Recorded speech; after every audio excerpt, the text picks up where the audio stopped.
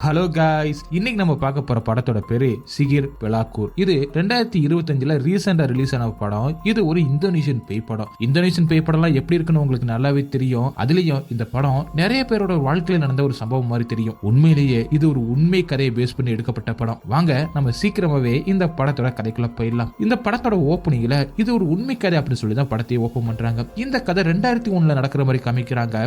அப்ப ஒரு வீட்டுல அக்கா, அதாவது அவங்களோட பேர் விட்டா, தம்பி ரெண்டு பேருமே இருக்காங்க. அதுல அந்த குட்டி பையன் டிவிக்கு பக்கத்துல உட்காந்து பாத்துக்கிட்டு இருக்கான். அதனால அவனோட அக்கா ரொம்ப பக்கத்துல உட்காந்து பாக்காத அப்படி சொல்லிட்டு இருக்கும் போது அவன் ஏதோ ஒரு சத்தம் கேக்குது அப்படின்னு பாக்குறான். பார்த்தா அவங்களோட அப்பா வந்துட்டாங்க. அதனால அப்பா வந்துட்டாங்க அப்படின்னு சொல்லிட்டு ரொம்பவே சந்தோஷமா சொல்லிட்டு வீட்டுக்கு வெளியில ஓடி போறான். அதை கேட்ட அவனோட அக்கா விட்டாவும் வெளியில வந்து பார்த்தா அவங்க அப்பா வராங்க. ரெண்டு பேருமே அவங்க அப்பா பாசமா கட்டி பிடிச்சிக்கிறாரு.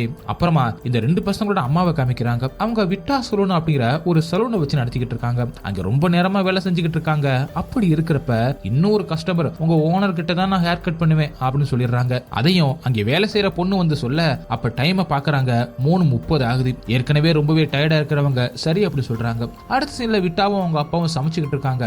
அப்ப இந்த ஃபிஷ் கறி உங்களுக்கு ரொம்பவே பிடிக்குமாப்பா அப்படின்னு அவங்க அப்பா கிட்ட விட்டா கேக்குறா. ஆமா, இது உங்க கிராண்ட்பா சொல்லி கொடுத்தது, நீ ஒரு எனக்கு சமைச்சு கொடு அப்படின்னு அப்பா சொன்னதும் விட்டாவும் நானும் பெருசாகி உங்களுக்கு கண்டிப்பா ஒரு செஞ்சு தருவோம்ப்பா அப்படின்னு சொல்லிட்டு ரெண்டு பேருமே விரல்களை நீட்டி ப்ராமிஸ் பண்ணிக்கிறாங்க. அப்புறம் எல்லா டிஷ்ஷுமே எடுத்துட்டு வந்து வீட்டு டைனிங் டேபிள்ல வைக்கிறான். அவங்க அப்பா கிட்ட அம்மா வேற லேட் ஆச்சுன்னா சாப்பிடலாம்ப்பா அப்படின்னு சொல்றான். அதுக்கு அவங்க அப்பாவும் கொஞ்சம் வெயிட் பண்ணுமா, அம்மா வந்துருவாங்க அப்படின்னு சொல்லிக்கிட்டு இருக்காரு. அப்ப எல்லாருமே அம்மாக்காக வெயிட் பண்ணிக்கிட்டு இருக்காங்க. அவங்க அம்மாவுமே வந்துடுறாங்க. வந்ததுக்கு அப்புறம் இன்னைக்கு சலூன் ரொம்பவே பிஸியா இருந்துச்சு, அதான் என்னால சீக்கிரம் வர முடியல, லேட் ஆயிடுச்சு அப்படின்னு சொல்லி பேசுறாங்க. என்ன இன்னைக்கு டின்னர் அப்படின்னு கேக்குறாங்க. அதுக்கு யாருமே பதில் சொல்லாம அவங்க வேலையவே பாத்துக்கிட்டு இருக்காங்க. அதனால அவங்க ரொம்பவே கஷ்டப்படுறாங்க. அவங்க அம்மாவுக்காக வெயிட் பண்ணாம எல்லாருமே ஜாலியா பேசிக்கிட்டு சாப்பிடவும் ஆரம்பிக்கிறாங்க. அதனால அம்மாவும் கொஞ்ச நேரத்துக்கு அப்புறம் அவரோட ஹஸ்பண்ட் கிட்ட, நானும் இந்த சலூன் எல்லாத்தையுமே விட்டுட்டு பசங்களையும் உங்களையும் பாத்துக்கலான் இருக்கேன், எனக்கு ஹவுஸ் ஒய்ஃபா இருக்கிறதா ரொம்ப பிடிக்கும், ஏன்னா என் மேல பசங்க ரொம்ப கோவமா வேற இருக்காங்க அப்படின்னு ஃபீல் பண்ணி சொல்றாங்க.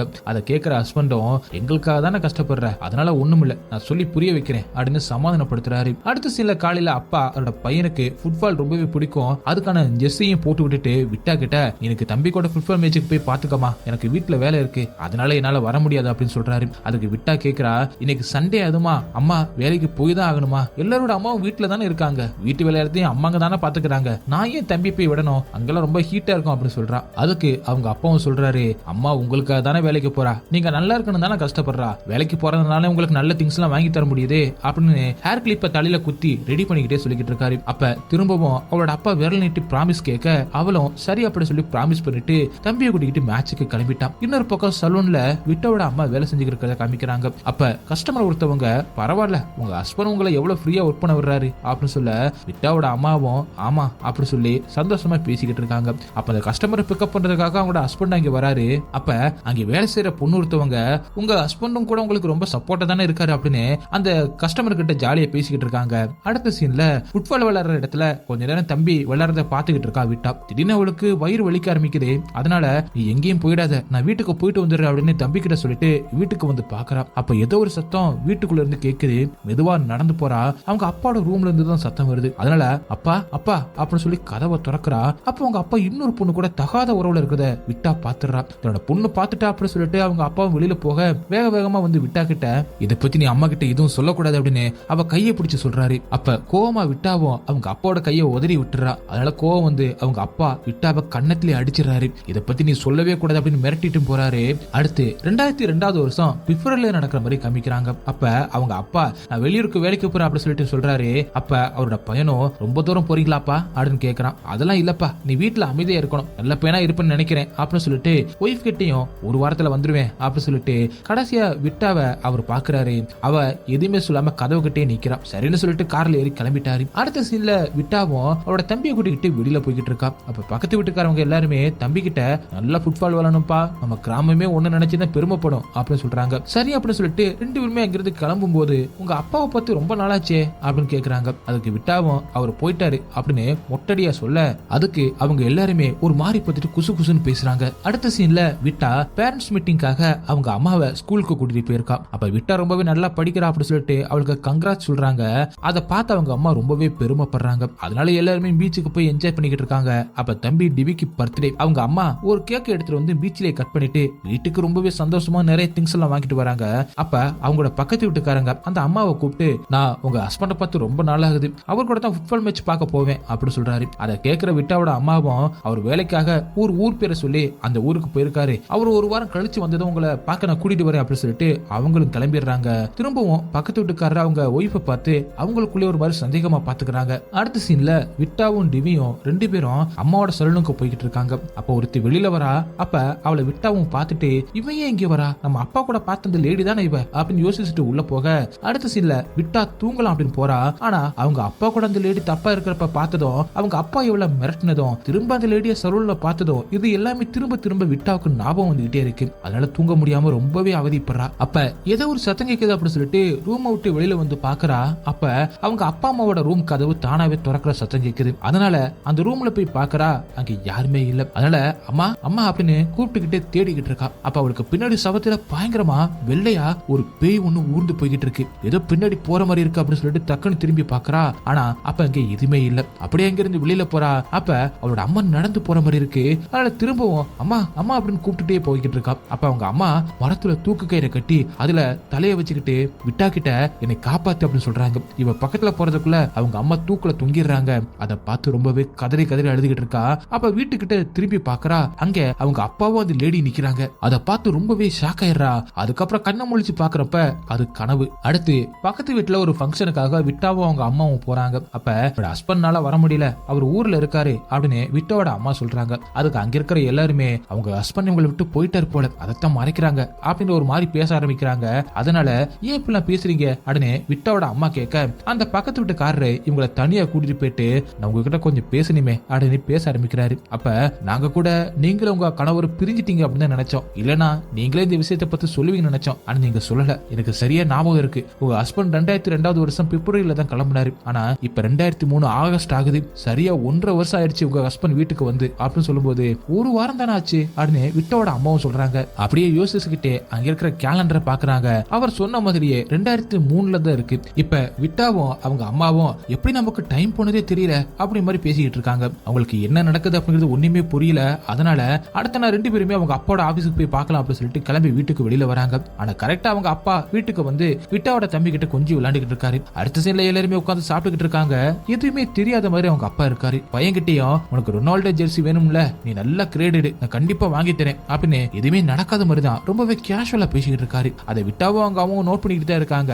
அதுக்கப்புறம் அவரோட ரூம்ல போயிட்டு எதையோ தேடிக்கிட்டு இருக்காரு. அதை பாக்குற விட்டோட அம்மா, இத்தனை நாளா எங்க போனீங்க, எப்படி எங்கெல்லாம் மறந்து இவ்வளவு நாள் இருக்க முடிஞ்சிச்சு, நீங்க திரும்பி வர 1.5 வருஷத்துக்கு ஆயிருச்சு, எங்கதான் போனீங்க, என்னாச்சு என்னாச்சு அப்படின்னு கேக்குறேன்ல அப்படின்னு விட்டோட அம்மா கத்துறாங்க.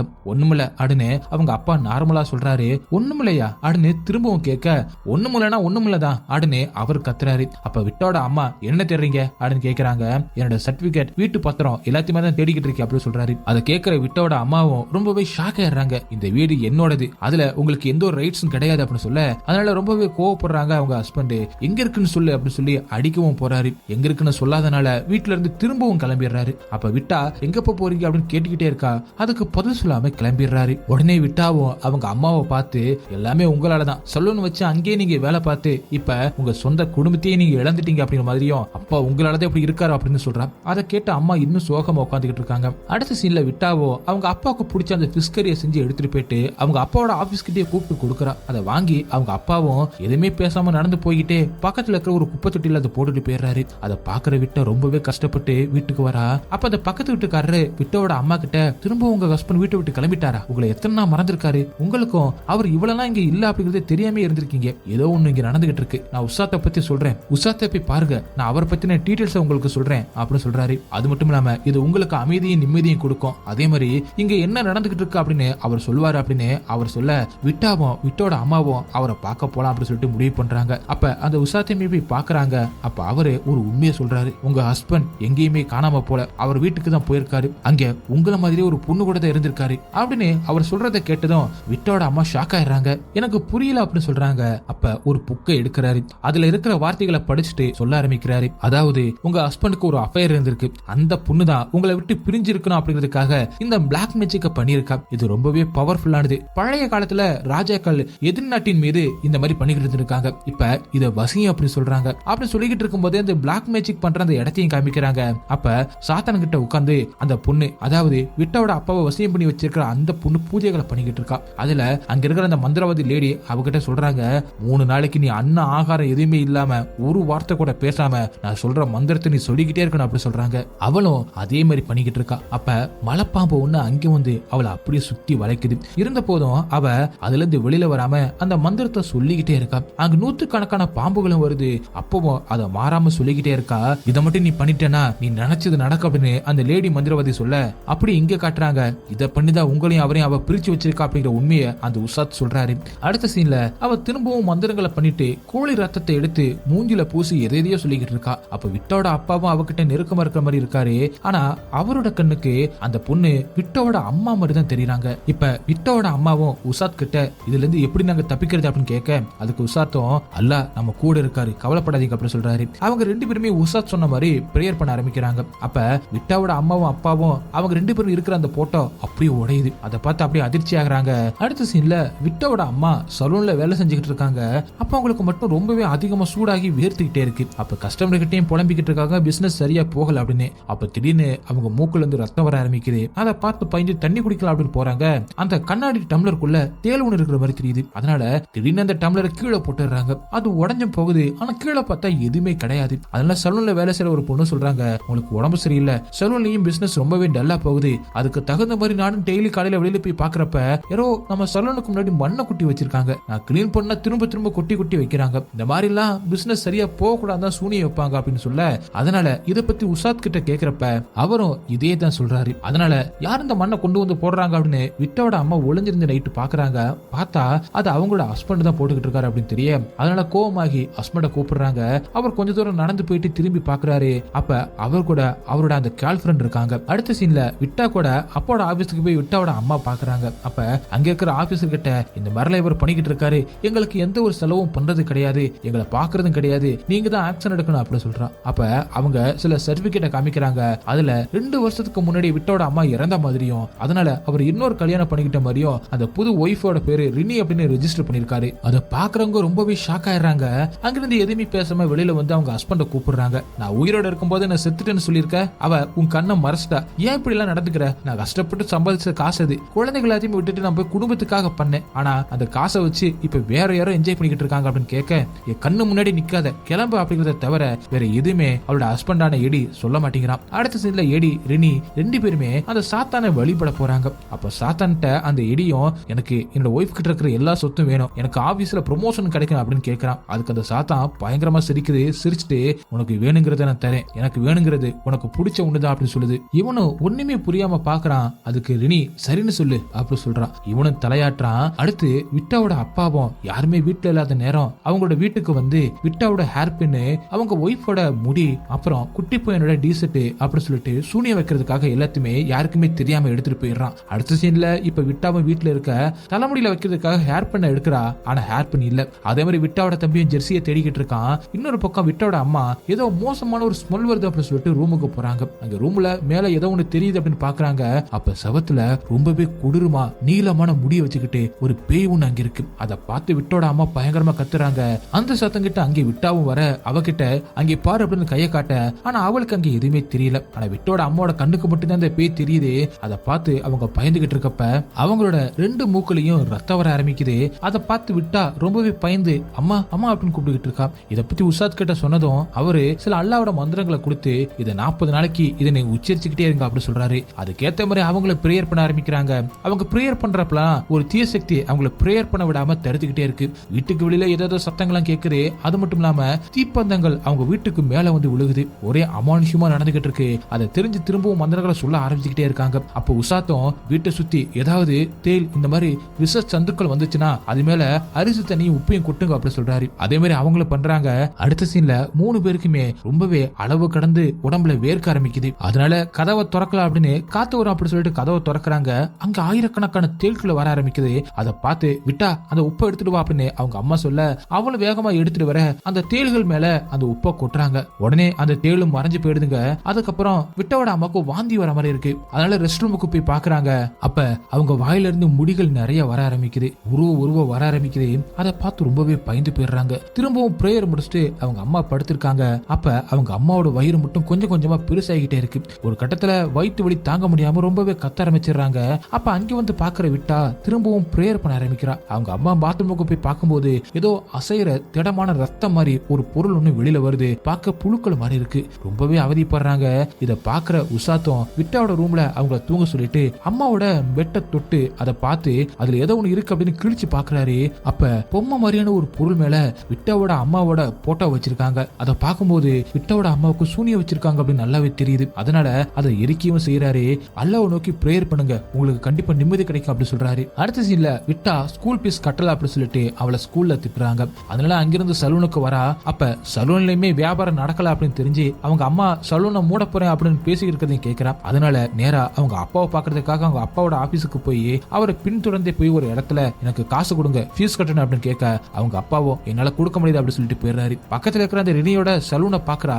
அவங்க அம்மா மாதிரியே ரினி அங்க ஒரு சலூனை ஆரம்பிச்சிருக்கா. உடனே அந்த இடத்துக்கு போயிட்டு எங்க பிசினஸ் நாசம் பண்ணிட்டு நீ ஒரு பிசினஸ் ஆரம்பிக்கிறீ அப்படின்னு கேட்க, ஏன் ஸ்கூல் ஃபீஸ் கட்ட முடியலையா, உன்னை துரத்திட்டாங்களா, நானும் உனக்கு ஒரு அம்மா மாதிரிதான், நான் வேணா கட்டட்டா அப்படின்னு கேட்கவும் விட்டாவுக்கு கோவம் வந்து ரினியை அடிச்சிடறா. இங்க நடந்த எல்லாத்தையுமே விட்டாவும் அவங்க அம்மா கிட்ட வந்து சொல்லி ரொம்பவே அழுதுகிட்டு இருக்கா. அவங்க அம்மா இனிமே எதுனாலும் நாமளே பாத்துக்கலாம், உங்க அப்பா கிட்ட எதுவும் கேட்காது அப்படின்னு சொல்லிடுறாங்க. அடுத்த சீன்ல விட்டாவோட அம்மா காசு இல்லாதனால அவங்களோட நகையை அடக வைக்க போறாங்க.